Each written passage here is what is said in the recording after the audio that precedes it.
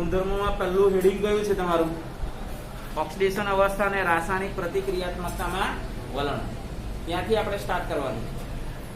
તો એની અંદર ખાસ કરીને કયો મુદ્દો છે? પહેલો મુદ્દો એ છે કે ભાઈ બોરોનનું પરમાણુ કદ નાનું છે. હવે આપણે કોષ્ટકમાં બી જોઈએ ને તો તમે જોઈ શકો આયનીકરણ એન્થાલ્પી પ્રથમ, દ્વિતીય અને તૃતીય. તો બોરોનની 3 આયનીકરણ એન્થાલ્પીનો સરવાળો સૌથી વધારે છે. સૌથી વધારે છે કોની કમ્પેરિઝનમાં? એલ્યુમિનિયમ, ગેલિયમ, ઇન્ડિયમ અને થેલિયમની કમ્પેરિઝન. બરાબર છે. એની 3 આયનીકરણ એન્થાલ્પીનું મૂલ્ય સૌથી વધારે છે.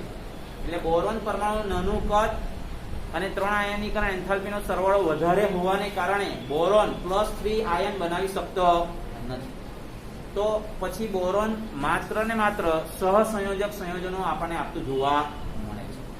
એટલે બોરોનના જેટલા બધા સંયોજનો છે, BCl3 કે BF3 કે BOH બોરિક એસિડ આપણે ગઈકાલે જોયું, બોરોની ખનિજ, બરાબર છે. તો એ બધા જ સંયોજનો કેવા કહેવાય? સહસંયોજક સંયોજનો કહેવાય. એટલે એમાં સહસંયોજક બંધની હાજરી હોય છે. ખબર પડે છે? એટલે પહેલો મુદ્દો એ છે કે બોરોન પરમાણુ નાનું કદ અને 3 આયનીકરણ એન્થાલ્પીનો સરવાળો વધારે હોવાને કારણે આ એનું રીઝન છે, કારણ કે બોરોન માત્ર ને માત્ર સહસંયોજક સંયોજનો બનાવતું જોવા મળે. જ્યારે એના પછી આવે છે એલ્યુમિનિયમ. તો એલ્યુમિનિયમની 3 આયનીકરણ એન્થાલ્પીનો સરવાળો બોરોનની કમ્પેરિઝનમાં ઓછું છે. એનો મતલબ કે એલ્યુમિનિયમ +3 આયન બનાવી શકે, એટલે આયનીય સંયોજનો આપણને આપતું જોવા મળે છે. એટલે એ તમારે વાક્ય રચના ખાસ ધ્યાનમાં રાખવાની જ રહેશે. એલ્યુમિનિયમની પ્રથમ 3 આયનીકરણ એન્થાલ્પીના સરવાળાનું મૂલ્ય નોંધપાત્ર ઘટે છે, તેથી Al3+ બનાવી શકે છે. એટલે આયનીય સંયોજન બનાવતું જોવા મળે છે. બરાબર. પછી સૌથી અગત્યનો મુદ્દો કે જનરલી આ એલ્યુમિનિયમ, ગેલિયમ, ઇન્ડિયમ અને થેલિયમ, તો ગેલિયમની અંદર, ઇન્ડિયમ ને થેલિયમમાં તો જનરલી આપણી પાસે D કક્ષકની હાજરી છે. થેલિયમમાં તો F કક્ષકની બી હાજરી છે. તો થેલિયમમાં તો નબળી શિલ્ડિંગ અસરને કારણે પછી S કક્ષકના જે ઇલેક્ટ્રોન છે વધારે ને વધારે જકડી રાખે છે કેન્દ્રને. એટલે આપણે એ બી સમજીને આવેલા છે નિષ્ક્રિય યુગ્મ અસરને કારણે સમૂહની પ્રથમ 3 સમૂહની આ 13મા સમૂહની +3 ઓક્સિડેશન અવસ્થા છે એના કરતા +1 ની સ્ટેબિલિટી સૌથી વધારે છે. આપણે એવું સમજીએ છીએ. તો આ મુદ્દો આપણે ખાસ કરીને ધ્યાનમાં રાખીશું. ગેલિયમ, ઇન્ડિયમ અને થેલિયમમાં +1 અને +3 ઓક્સિડેશન અવસ્થા જોવા મળે છે. હવે આમાં ગેલિયમ, ઇન્ડિયમ અને થેલિયમનો કેમ સમાવેશ કર્યો? એલ્યુમિનિયમનો કેમ નહીં કર્યો? એલ્યુમિનિયમ તો +3 આપે જ છે, પણ +1 ની શક્યતા એની ઓછી. કેમ? કારણ કે ભારે તત્વોમાં ગણતરીમાં આપણે ઇન્ડિયમ અને થેલિયમની તો વાત કરેલી, પણ સાથે આપણે ગેલિયમને પણ કન્સિડર કરીશું, કારણ કે એમાં D કક્ષકની હાજરી છે. એટલે ગેલિયમ, ઇન્ડિયમ અને થેલિયમમાં +1 અને +3 ઓક્સિડેશન અવસ્થા આપણને જોવા મળે છે. +1 ની સ્ટેબિલિટી સૌથી વધારે. શાનું કારણ? કારણ શું? +3 કરતા +1 ની સ્ટેબિલિટી વધારે. એનું કારણ શું? નિષ્ક્રિય યુગ્મ અસર. તો એ સ્ટેબિલિટીનો ક્રમ આપણે અહીંયા લખી દીધેલો છે. Aluminium gallium indium thallium. આ સૌથી અગત્યનો પોઈન્ટ છે. બરાબર છે. એટલે આપણે શરૂઆતમાં નિષ્ક્રિય યુગ્મ અસરની સ્પષ્ટતા કરેલી હતી, અને એ નિષ્ક્રિય યુગ્મની સ્પષ્ટતા કર્યા બાદ બરાબર છે આપણે આ ક્રમ ધ્યાનમાં રાખીશું જે MCQ માં આપણને પૂછાય છે. એટલે આપણે આ +1 ઓક્સિડેશન અવસ્થાની સ્ટેબિલિટી માટેનો જે ક્રમ છે એ ક્રમ આપણે આ રીતે ધ્યાનમાં રાખી. પછી આપણને ખાસ કરીને આ વાક્ય રચનાની નીચે પણ તમારે અંડરલાઈન કરવાનું છે કે +3 ઓક્સિડેશન અવસ્થા વધુ ઓક્સિડેશન કરતાને લાક્ષણિકતા ધરાવે છે. +3 વધુ ઓક્સિડેશન કરતાની લાક્ષણિકતા ધરાવે છે, અને ઉર્જાને આધારે +1 ઓક્સિડેશન અવસ્થા વાળા સંયોજનો +3 ઓક્સિડેશન અવસ્થાની સરખામણીમાં વધુ આયનીય હોય છે. સ્ટેબિલિટીના સંદર્ભમાં, સ્થિરતાના સંદર્ભમાં. તો આ માત્ર ને માત્ર MCQ માટેનો પોઈન્ટ છે. પછી તો આપણને ખબર છે કે 3 સંયોજકતા ધરાવતો પરમાણુ, એ પછી બોરોન હોય કે એલ્યુમિનિયમ હોય, તો એ જનરલી ઇલેક્ટ્રોનની ઉણપ ધરાવે છે. દાખલા તરીકે બોરોન ટ્રાઇફ્લોરાઇડ ની આપણે વાત કરી લઈએ. બોરોન ટ્રાઇફ્લોરાઇડ ની વાત કરો કે AlCl3 ની વાત કરી લો, તેમાં ઇલેક્ટ્રોનની ઉણપ આપણને જોવા મળે. ઇલેક્ટ્રોનની ઉણપ કયા સંદર્ભમાં જોવા મળે? અષ્ટકના સંદર્ભમાં. AlCl3 ની વાત કરો તો એલ્યુમિનિયમ ની આજુબાજુ કેટલા 6 ઇલેક્ટ્રોન થાય, બરાબર. કેટલા ઇલેક્ટ્રોન ખૂટે? 2.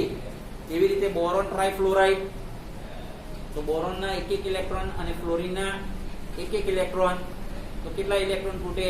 એમાં પણ 2 ઇલેક્ટ્રોન ખૂટે. એટલે એ જે છે ત્રિસંયોજકતા ધરાવતા સંયોજનોમાં ઇલેક્ટ્રોનની ઉણપ વર્તાય છે. અને એ મુદ્દો બરાબર યાદ હોય તો આપણે હાઇડ્રાઇડ કમ્પાઉન્ડમાં શીખીને આવેલા છે. સહસંયોજક હાઇડ્રાઇડ, ઇલેક્ટ્રોનની ઉણપ વાળા હાઇડ્રાઇડ, જેમાં ડાયબોરેનનું આપણે એક્ઝામ્પલ આપેલું હતું, બરાબર છે. તો આ એક જે મુદ્દો છે એને ધ્યાનમાં રાખીશું. એટલે સમૂહમાં ઉપરથી નીચેની તરફ જઈએ ત્યારે બસ ખાસ કરીને લુઈસ એસિડ છે, એ લુઈસ એસિડ નો બસ ખાસ કરીને લુઈસ એસિડ નો ઉતરતો ક્રમ. આ બધા લુઈસ એસિડ છે. જો બોરોન ટ્રાઇબ્રોમાઇડ, બોરોન ટ્રાઇક્લોરાઇડ ને બોરોન ટ્રાઇફ્લોરાઇડ. એટલે તમારે કયું વાક્યની નીચે અંડરલાઈન કરવાનું છે? સમૂહમાં ઉપરથી નીચેની તરફ જતા કદમાં વધારો થતા લુઈસ એસિડ તરીકેનું વલણ ઘટતું જાય છે. સમૂહમાં ઉપરથી નીચેની તરફ જતા કદમાં વધારો થતા લુઈસ એસિડ તરીકેનું વલણ ઘટતું જાય છે, જે આપણને MCQ માં પૂછી શકાય. એટલે આ જુઓ, આપણે અહીંયા લુઈસ એસિડ નો ઉતરતો ક્રમ લખી દીધો. એટલે કદ કોનું મોટું? આમાંથી ફ્લોરિન, ક્લોરિન અને બ્રોમિન માં કદ કોનું મોટું? બ્રોમિન નું કદ મોટું થાય ને. એટલે બોરોન ટ્રાઇબ્રોમાઇડ ની લુઈસ એસિડ તરીકે એનો ચડતો ક્રમમાં ઉતરતા ક્રમની અંદર પહેલા આવશે. પછી આ બોરોન ટ્રાઇફ્લોરાઇડ એનો ક્રમ છેલ્લે આવશે. કારણ કે આપણે વાક્ય રચના શું કીધી? સમૂહમાં ઉપરથી નીચેની તરફ જતા કદમાં વધારો થતા, કદમાં કોનો વધારો થાય? હેલોજન પરમાણુ, બરાબર છે. લુઈસ એસિડ તરીકેનું વલણ ઘટતું જતું જોવા મળે છે. તો એ ક્રમ આપણે આ રીતે ધ્યાનમાં રાખી શકીએ. અથવા તો તમે ચડતો ક્રમ લખવો હોય તો બી તમે લખી શકો. શું ચડતો ક્રમ લખાય? એમાં ચડતો ક્રમ લખવો હોય તો આ ઉતરતો ક્રમ લખ્યો આપણે. ચડતો ક્રમ લખવો હોય તો શું લખાય? BF3 BCl3 BBr3. સમજાય છે? તો આ એક મુદ્દો આપણે કન્સિડર કરવાનો થશે. પછી તમે જુઓ BCl3 લુઈસ એસિડ છે, ખ્યાલ આવે છે? BCl3 લુઈસ એસિડ છે. કેવી રીતે લુઈસ એસિડ? 6 ઇલેક્ટ્રોન થાય કે નહીં? 6 ઇલેક્ટ્રોન થાય ને. એમોનિયામાં નાઇટ્રોજન પરમાણુ ઉપર શું છે? એમોનિયામાં નાઇટ્રોજન પરમાણુ ઉપર અબંધકારક ઇલેક્ટ્રોન યુગ્મ છે. તો શું કરશે? એમોનિયામાંનો નાઇટ્રોજન પરમાણુ એક ઇલેક્ટ્રોન યુગ્મ કોને ડોનેટ કરી દેશે? બોરોન ને આપી દેશે ને. એટલે બોરોન નું અષ્ટક પૂર્ણ થતું જોવા. તો અહીંયા તમારી પાસે કયો બંધ આવશે? સવર્ગ સહસંયોજક બંધ આવતો જોવા મળે. જે બુકમાં ખાલી સિમ્પલ જ બતાવેલું છે, ખાલી સહસંયોજક બંધ બતાવેલો છે, પણ એ સહસંયોજક બંધ નહીં આવે. શું આવે? સવર્ગ સહસંયોજક બંધ આવતો જોવા. તો આ એક આપણે સુધારો કરી નાખવાનો થશે. NH3 માનો નાઇટ્રોજન પરમાણુ એક ઇલેક્ટ્રોન યુગ્મ આપી દે એટલે જે કમ્પાઉન્ડ આપણને મળે છે એ કમ્પાઉન્ડ નો આકાર જનરલી સમચતુષ્ફલકીય આપણે પ્રાપ્ત થતો જોવા મળે છે. સમચતુષ્ફલકીય કેવી રીતે? મધ્યસ્થ પરમાણુની આજુબાજુ 4 પરમાણુ ગોઠવાયેલા હોય, જેમ કે CH4 મિથેન. તો મિથેનમાં કેવું છે? કાર્બન મિડલમાં, ઉપર બરાબર છે ને, સાઈડ ઉપર 3. તો એનો આકાર કેવો? સમચતુષ્ફલકીય. એટલે અહીંયા ધારો કે તમને એવું પૂછે કે ભાઈ બોરોન કયું સંકરણ ધરાવે છે? તો બોરોન sp3 સંકરણ ધરાવતું જોવા મળે. આપણે એવું ધ્યાનમાં રાખીશું. તો આ એક જે વિગત છે એ વિગતને આપણે ધ્યાનમાં રાખીશું. હવે એની અંદર આપણે બરાબર યાદ હોય તો S બ્લોકની અંદર બીજા સમૂહમાં છેલ્લો ટોપિક, એટલે એ છેલ્લો ટોપિક કયો ખબર? બેરિલિયમ અને એલ્યુમિનિયમ વચ્ચેનો વિકર્ણ સંબંધ. તેની અંદર આપણે એક વાક્ય રચના લખેલી કઈ બેરિલિયમ ડાઇક્લોરાઇડ અને એલ્યુમિનિયમ ટ્રાઇક્લોરાઇડ બાષ્પ અવસ્થામાં સેતુરૂપ બંધ બનાવતું જોવા આવું આપણે એક્સપ્લેન કરેલું. તો એમાં આપણે BeCl2 નો તો આપણે સેતુ બંધ વાળું સમજાવેલું હતું, આકૃતિ ડ્રો કરેલી હતી. તો હવે આપણી પાસે આવે છે AlCl, બરાબર છે. તો AlCl3 એ ડાયમર બનાવીને સ્થાયીતા મેળવતું જોવા મળે છે. આ એલ્યુમિનિયમ એટલે આ તમારે કેવી રીતે કન્સિડર કરવાનું થાય, આ એલ્યુમિનિયમ ક્લોરાઇડ નો એક મોલિક્યુલ અને આ બાકીનો બીજો સમજાય છે. એટલે આ ડાયમર બનાવે છે અને સેતુ બંધ બનાવતું જોવા મળે, પણ બધા એંગલ એના જુદા જુદા હોય, બંધ લંબાઈનું મૂલ્ય જુદું જુદું હોય. આપણે ખાલી સમજ પૂરતું છે, આપણે એના માટે બહુ કઈ ફોકસ નહીં કરવાનું. આ ધારો કે MCQ માં પૂછે, જનરલી નથી પૂછતા, કારણ કે MCQ ની સાઈઝ વધી જાય, આકૃતિ આપવી પડે, પછી આટલે ક્વેશ્ચન માર્ક મૂકો તો બંધ લંબાઈનું મૂલ્ય, પછી આટલે પાછો એંગલ જુદો થઈ જાય 101, વળી પાછો આટલે એંગલ જુદો, વળી પાછો આટલે એંગલ જુદો, આટલે પાછું બંધ લંબાઈનું મૂલ્ય, બરાબર છે. એટલે ખાલી આપણે એટલું ધ્યાનમાં રાખવાનું કે ભાઈ ત્રિસંયોજક સમૂહ 13 માં સંયોજકતા ધરાવતું કયું તત્વ ડાયમર બનાવે છે? તો એલ્યુમિનિયમ.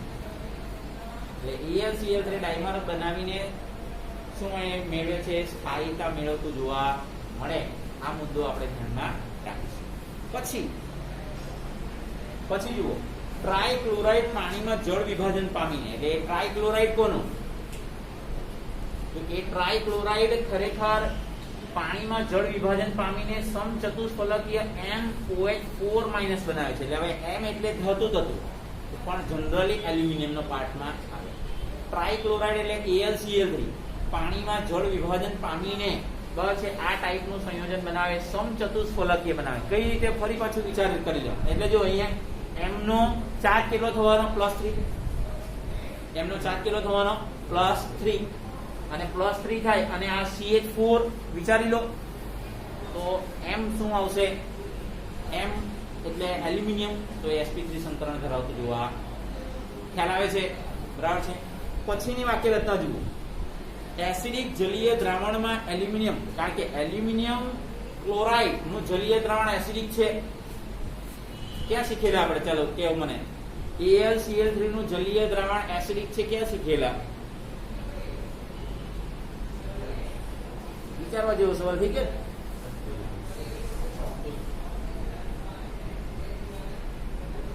AlCl3 નું જલીય દ્રાવણ એસિડિક છે એવું આપણે સંતુલન વાળા ચેપ્ટરમાં શીખેલા છે. કેવી રીતે ખબર પડશે એસિડિક છે?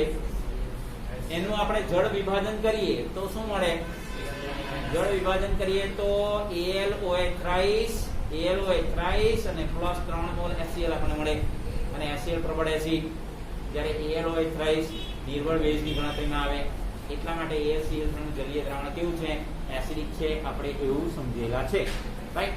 તો AlCl3 નું જ્યારે આપણે અહીંયા તમે જો જળ વિભાજન કરીએ છીએ અને વાક્ય રચના આપી જો, એસિડિક જલીય દ્રાવણમાં એલ્યુમિનિયમ ક્લોરાઇડ અષ્ટફલકીય આયન બનાવે છે. જો આ વાક્ય ઇક્વેશન, આ ઇક્વેશન આપણે મેન્શન કરી દીધું.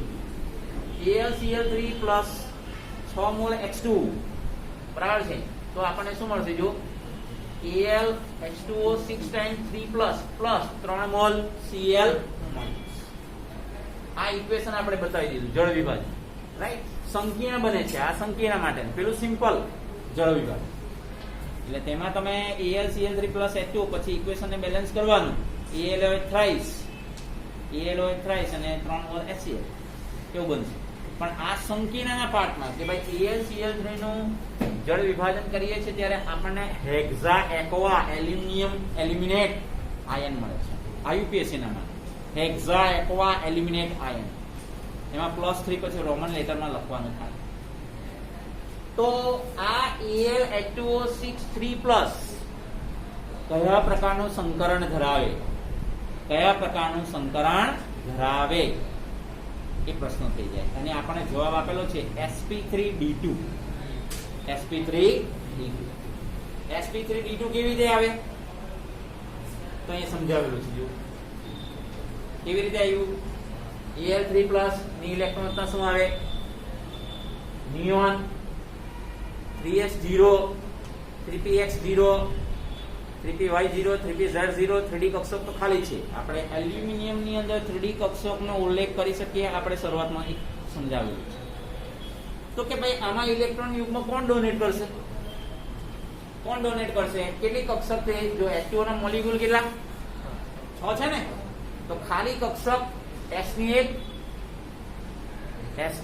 1 P ની કેટલી? 3. એમ તો ખાલી કક્ષક 3D ની કેટલી છે? 5. પણ એમાં ઇલેક્ટ્રોન યુગ્મ કેટલામાં જશે? 2 માં જશે.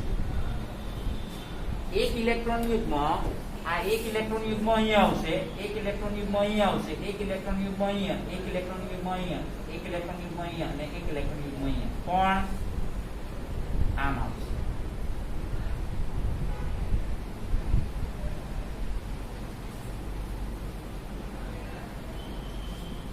આવી ખ્યાલ આવે છે? કોણ ઇલેક્ટ્રોન યુગ્મ કોણ ડોનેટ કરશે? H2O નો મોલિક્યુલ જેમાં ઓક્સિજન પરમાણુ પર તો 2 અબંધકારક ઇલેક્ટ્રોન યુગ્મ છે, પણ એક ઇલેક્ટ્રોન યુગ્મ એ ડોનેટ કરશે. અને કેટલા સવર્ગ સહસંયોજક બંધ બનશે? 6 બનશે ને. 6 સવર્ગ સહસંયોજક બંધ બનશે. આપણને તો પ્રશ્ન કરેલો છે કે ભાઈ કયું સંકરણ થવું જોઈએ? તો S ની 1 P ની કેટલી? 3 અને D ની કેટલી? D ની 2. D ને એટલે આપણને સંકરણ કયું મળે? sp3d2 સંકરણ આપણને પ્રાપ્ત થતું જોવા મળે. આનો આકાર કેવો મળે? Al2O6 3+ નો આકાર કેવો મળે? અષ્ટફલકીય. કેવી રીતે અષ્ટફલકીય આકાર કેવો ખબર છે? ની ખબર? આવી ગયો છે. ક્યાં આવી ગયું બોલો જો? હા, રાસાયણિક બંધનમાં VACPR સિદ્ધાંત વાળું સમજેલા, યાદ હોય તો. SF6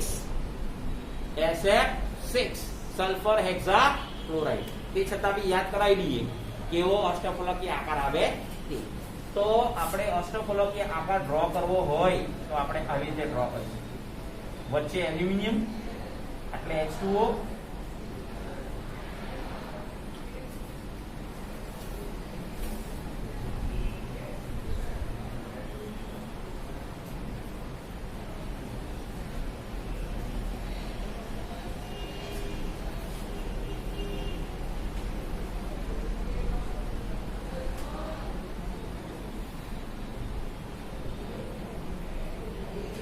આ જીઓ કોનો સંકીર્ણ સંયોજક Al2O6 3+ એનો આકાર કેવો થશે? અષ્ટફલકીય. એટલે હંમેશા યાદ રાખો, ઇલેક્ટ્રોન યુગ્મ ડોનેટ કરે તો એને શું કહેવાય? ના, ઇલેક્ટ્રોન યુગ્મ ડોનેટ કરે એને શું કહેવાય? લુઈસ એસિડ કહેવાય કે લુઈસ બેઝ કહેવાય? લુઈસ બેઝ કહેવાય ને. તો સંકીર્ણની પરિભાષામાં એને લિગેન્ડ કહેવાય. શું કહેવાય? લિગેન્ડ. સંકીર્ણની પરિભાષામાં શું કહેવાય? એને લિગેન્ડ કહેવાય. એટલે અહીંયા આ H2O ને શું કહેવાય? લુઈસ બેઝ તો કહેવાય, પણ આપણી સિમ્પલ ભાષામાં ઇલેક્ટ્રોન યુગ્મ ડોનેટ. પણ સંકીર્ણની પરિભાષામાં એને શું કહેવાય? કેટલા સવર્ગ સહસંયોજક બંધ બન્યા? 6. સવર્ગાંક કેટલો થયો? 6 થયો ને. સવર્ગાંક નો મતલબ શું? સવર્ગ સહસંયોજક બંધની સંખ્યા એટલે સવર્ગાંક. ખબર પડે છે? બસ. તો આ એક મુદ્દો અગત્યનો થાય એટલે તમને ખબર પડવી જોઈએ કે ભાઈ સંકરણ sp3d2 આવ્યું કેવી રીતે. તો આવી રીતે ક્લિયર થાય છે? બરાબર છે. તો આટલો જે મુદ્દો છે એ આપણે બરાબર ધ્યાનમાં રાખવાનું થશે. હવે એની નીચે કોયડો આપેલો છે. જો કોયડામાં શું આપેલું છે? કોયડામાં તમને આપેલું છે રિડક્શન પોટેન્શિયલનું મૂલ્ય. એલ્યુમિનિયમના રિડક્શન પોટેન્શિયલનું મૂલ્ય છે, થેલિયમના રિડક્શન પોટેન્શિયલનું મૂલ્ય છે. હું બોલ્યા કરું છું રિડક્શન પોટેન્શિયલ એવું બોલ્યા કરું છું, પણ કેવી રીતે ખબર પડે આ રિડક્શન પોટેન્શિયલનું મૂલ્ય છે? ખબર કેવી રીતે પડે? પહેલા તમને ધન આયન આપેલો છે. જો પછી તટસ્થ પરમાણુ આપેલું છે. પહેલા તટસ્થ પરમાણુ ને પછી ધન આયન આપેલું હોય તો ઓક્સિડેશન પોટેન્શિયલ નું મૂલ્ય ખ્યાલ આવે છે. +3 સંયોજકતા ધરાવતા રિડક્શન પોટેન્શિયલ નું મૂલ્ય તમને આપેલું છે અને નીચે લખેલું છે કે ભાઈ બંને ધાતુની વિદ્યુત ધન બનવાની લાક્ષણિકતાની સરખામણી કરો. તો આન્સરમાં શું આપ્યું? બંને અર્ધકોષ પ્રક્રિયાઓના પ્રમાણિત વિદ્યુત પોટેન્શિયલના મૂલ્યો દર્શાવે છે કે એલ્યુમિનિયમમાં Al3+ આયન બનવાનું વલણ વધુ છે, જે ઓલરેડી આપણે આમાં શીખીને આવ્યા. કેમ Al3+ નું આયન બનવાનું વલણ વધુ છે? આયનીય સંયોજન બનાવવાની વૃત્તિ કેમ એની વધારે છે? તો એટલા માટે કારણ કે એની +3 આયનીકરણ એન્થાલ્પીના સરવાળાનું મૂલ્ય બોરોનની કમ્પેરિઝનમાં ઓછું છે એટલા. જ્યારે થેલિયમ +3 દ્રાવણમાં અસ્થાયી છે. વાક્ય રચના, that is the very most important sentence. Thallium +3 દ્રાવણમાં માત્ર અસ્થાયી જ છે એટલું જ નહીં, પણ તે પ્રબળ ઓક્સિડેશન કરતા તરીકે પણ વર્તે છે, જે પણ આપણે શીખીને આવ્યા. આમ દ્રાવણમાં જો વાક્ય રચના આવ્યું ફરી પાછું, આમ દ્રાવણમાં થેલિયમ 3+ કરતા થેલિયમ પ્લસ વધુ સ્થાયી હોય છે. આ વાક્ય રચના ખાસ ધ્યાનમાં રાખવાનું છે. દ્રાવણમાં થેલિયમ 3+ કરતા થેલિયમ +1 વધુ સ્થાયી હોય છે. કેમ? કારણ શું? ફરી પાછું યાદ કરો, શું કારણ છે? થેલિયમ +3 કરતા થેલિયમ +1 કેમ વધારે સ્થાયી છે?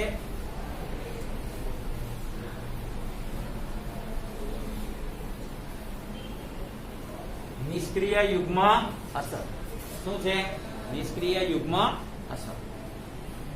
+3 આયન બનવાને કારણે એલ્યુમિનિયમ થેલિયમની સરખામણીમાં વધુ વિદ્યુતમય ધન છે. કારણ કે થેલિયમની +3 ઓક્સિડેશન અવસ્થા તો શું છે?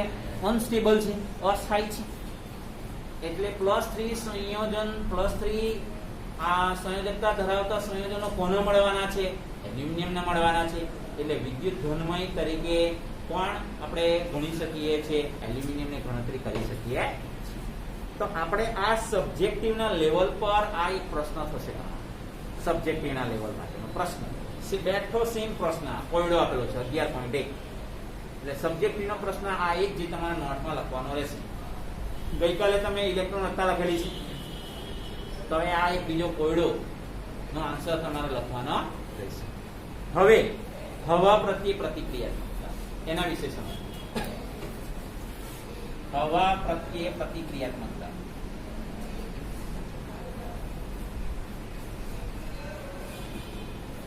તો હવા પ્રત્યે પ્રતિક્રિયાત્મકતામાં તમે જુઓ, શરૂઆતમાં વાક્ય રચના શું છે?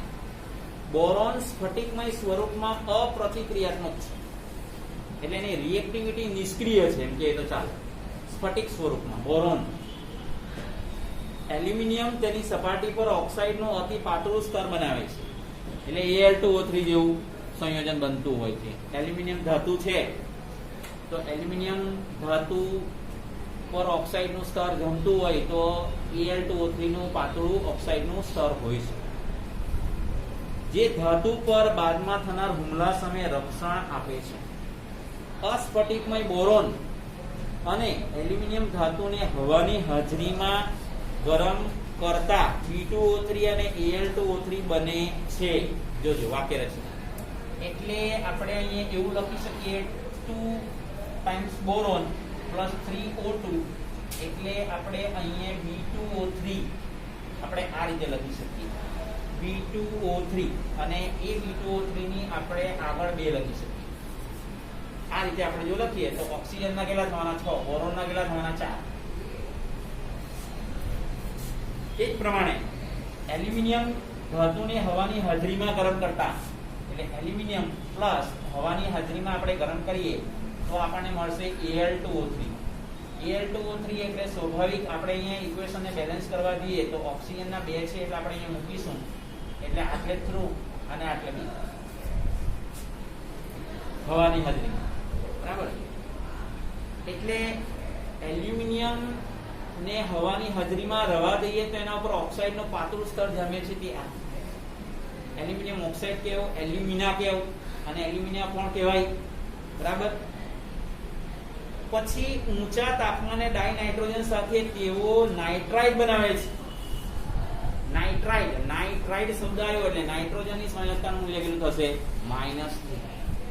નાઇટ્રાઇડમાં નાઇટ્રોજન પરમાણુની સંયોજકતા કેટલી થવાની છે? -3. તો તમે અહીંયા બરાબર ધ્યાનપૂર્વક જુઓ. નાઇટ્રોજન સાથે રિએક્શન આપણે આપીએ. માની લો કે ભાઈ બોરોન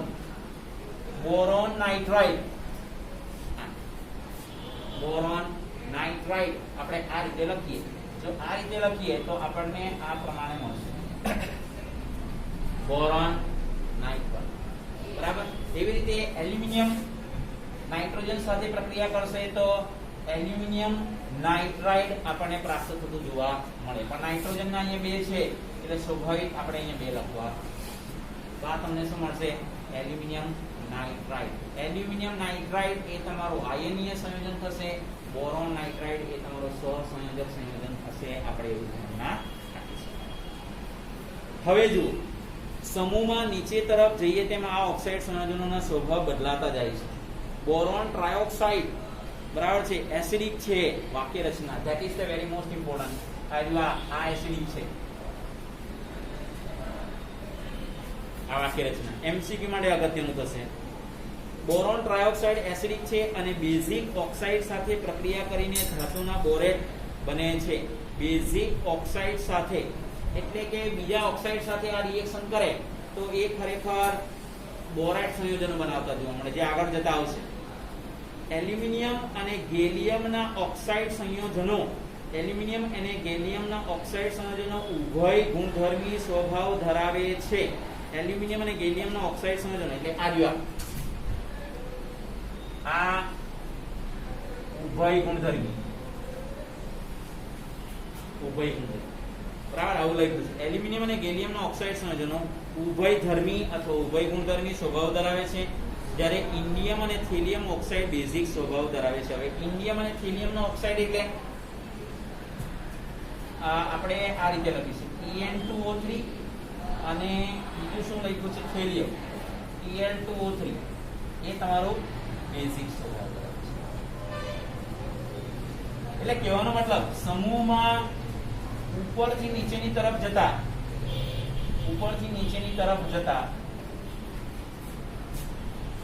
ઓક્સાઇડ ની બેઝિકતામાં વધારો થાય છે.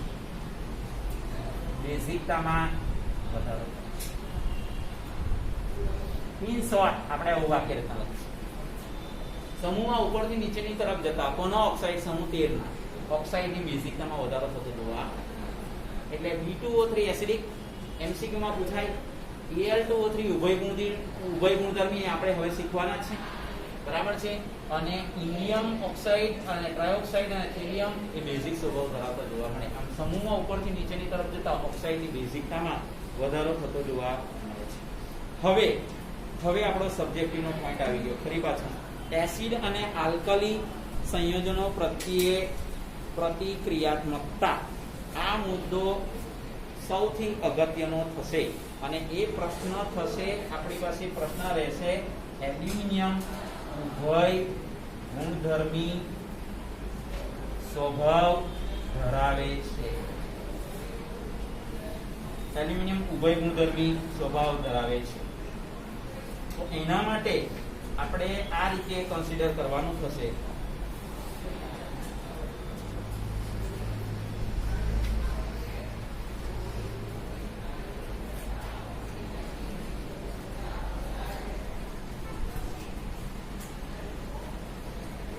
આમાં કઈ નથી, ખાલી 2 ઇક્વેશન જ લખવાના છે. બરાબર. ખાલી ઇક્વેશન ને ધ્યાનમાં રાખીશું.